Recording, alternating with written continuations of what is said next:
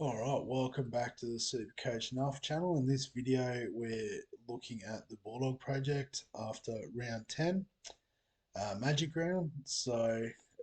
Not a good round for the Bulldogs, not a good round for myself either.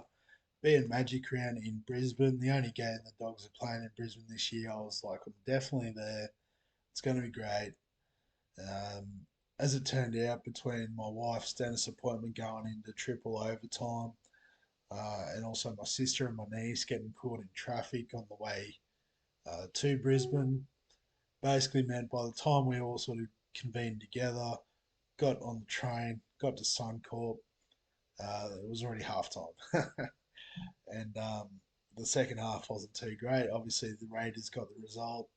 The Bulldogs, I think, as even Serraldo said, were flattered by the scoreline in the end. They didn't play too well. But it hasn't gone too bad for my Supercoach team, surprisingly. So 1-1-6-3. We'll take that. A bump in the season rank. Always take that. But we'll have a look at the team. If it'll load.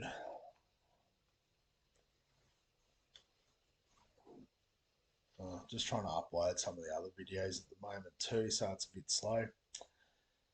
So having a look through. So Reed Money 66. That's pretty good from Reed. That's what we sort of hope for week on week. Grant 54. As an absolute base score, that's fine. Payne Haas 55, solid.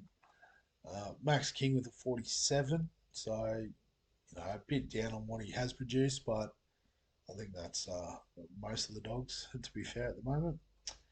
Ruben Cotter with a 90, so got a try. I was pretty happy with that. And knowing I had him in this team, so really handy score there from him. Franklin Pele got 19. Okay, so a little jump in price. Cool, we'll take that. Nakora 66. So, that's about the base for him that we're hoping for. Preston 86. Did really well. Got a couple of tries. So we'll take that. Ford with a 44. Did get injured, so we can't be too critical. Eli Katoa 42. So I'm going to look at his stats and how he went. We played 80 minutes, so obviously against South wasn't going to get many attacking stats, but a couple of missed tackles, which is a nice. Couple of penalties conceded too, so probably a 50 score that he let himself down a bit on. Tom Eisenhuth backs 42, so that was sort of what we thought we'd get from him as that dual position, but he's playing as a bench forward in the middle. So just come on, play those 40 minutes or so, point a minute sort of deal. How many minutes did he play? 40, there you go, spot on, 41. So, yep, that's fine. Nathan Cleary was obviously the wrong choice at halfback with a 40. Nathan Cleary was the right choice, and he was sitting on our bench. Matt Burton, so 79 was a really good score for Burto. I think playing halfback is a really good role for him in the side as it stands. Schuster out injured again. Um, well, whatever it is, what it is. Our backline though, Manu and Lemuelu, 86 and 79, very nice. Nickel Clockstad and the Hammer, 43 and 44, sort of average. Locke Miller on the bye didn't play. Alamotti with 32. We're just waiting for his spike game and then we can cash him out. Skelton, so I thought he'd be a chance, but don't know what's happened there. Kiraz is back now anyway, so that's a bit of a dead rookie pick.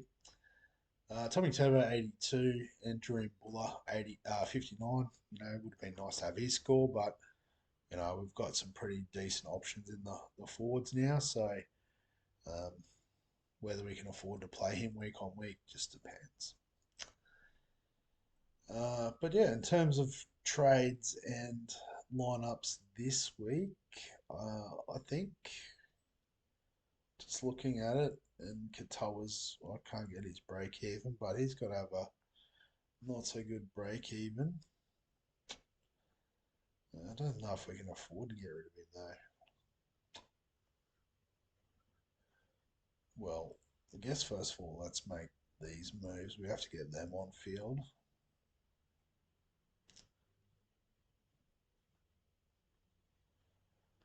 Yeah, so I'm guessing we're always going to get this point where we're a bit stuck in terms of our cash generation. Um, and yeah, so probably just need to spend a bit more time looking at it like seriously. But like our centre wings are good. Like obviously we've got two out this week, which isn't ideal. Um, yeah, our halves are obviously on point. Our front row, nice. Hooker's nice. So it's really the second row where we want to start pushing up. But I think the issue with that is, uh, you know, to get out of it, we need to sort of do upgrade, downgrade sort of situation.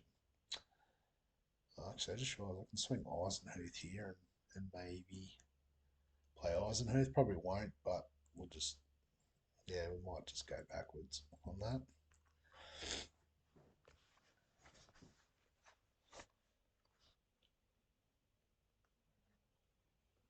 So maybe we up and down Ford and Katoa. The upgrade target, David Fafita, must be. I think we've already talked about the fact that we're tanking round 13. We're not worried about that. We're just carrying way too many people that aren't playing round 13 because the Bulldogs don't play round 13. So we're okay with that. So we can do Fafita, and then we're going to get out of Schuster. And because we're the Bulldogs project, of course, it's going to be Oluwapu come into the side, please. We're hanging our hat on him being a weapon for us. So why not get him in the Supercoach team? And already this makes me happier just looking at that second row. Obviously, no cover on the bench, but that's okay. We'll work out. We'll work out a way. But yeah, so other than that, we're pretty happy everywhere on the side. You might say Oluwapu isn't really cover for Birdo, but we don't care about that. We love Oluwapu. We love Birdo. Happy to have them in the team. um, but then, yeah, we get out of Schuster. We can play Buller, which is good. Like that's fine.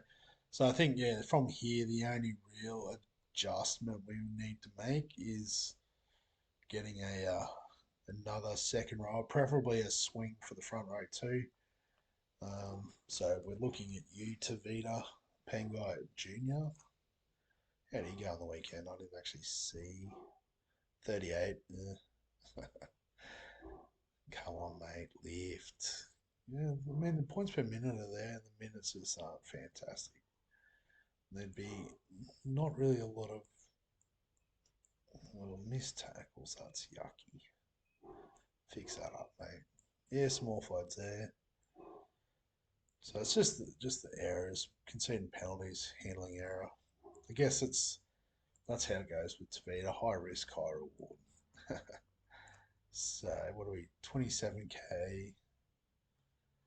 I reckon he could dip to about 400. So really just need Schuster to lift and actually play a game, so he can get his cash and switch it. Because yeah, there's not really a lot of cash elsewhere on the bench, is there? Unless we get out of one of these guys. Hmm. Do we believe in the hammer?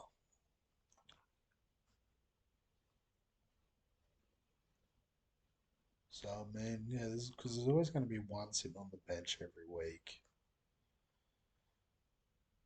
So, it's probably going to be the hammer most often.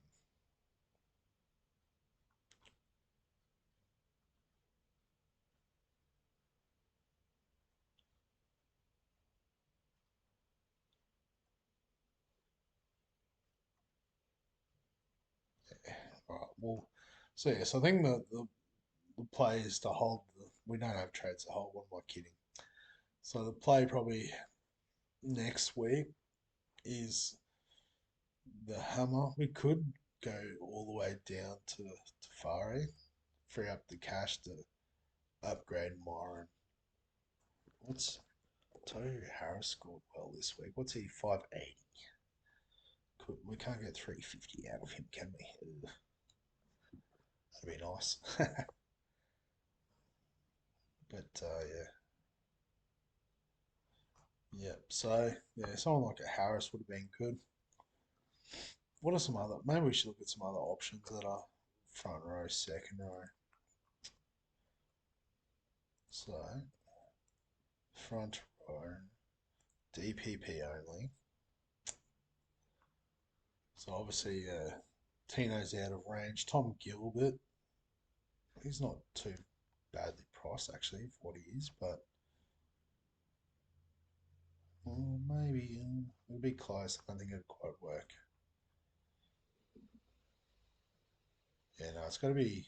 If we go back to the team, just do some quick maths on it. So hammer down to say Tafare would be 308k in the bank plus that, so it's at 335. And if it's Moran, we're going to upgrade 213. I say 335, 548. So it's got to be under 550k, let's say. So maybe we can do that. Filter, front row, dual position, no more than 550k. And already this is quite depressing. Alex Twal is the best bet at 515. Jake Turbo, I mean, don't know what his injury's doing, but yeah, he's a good kid and probably could carry him in the side. No chance of any upside though with any of these picks, I wouldn't have thought. Pole, Super Pod, we could go. Can't Hess, no thank you. Go back to Ryan Sutton. I don't know if I could. As much as we want to support the dog. Well, yeah, the obvious one is to beat a Pangai. Maybe Luke Thompson. How far off is he? So yeah, so it might be that might be the play next week, just to address the balance of the team, and then we'll just see how we go. But yeah, the Bulldogs project is coming along nicely. Obviously, we weren't expecting miracles coming from so deep to start with, but that's part of the fun, isn't it? So feel free to make a comment if you'd suggest any other trades. Do we obviously cashing out big on Fafita. Is there a more value pick uh, that outscores Fafita? I wouldn't have thought so. But yeah, like the video and subscribe to the channel if you're enjoying the content. And other than that, we'll catch you in the next one.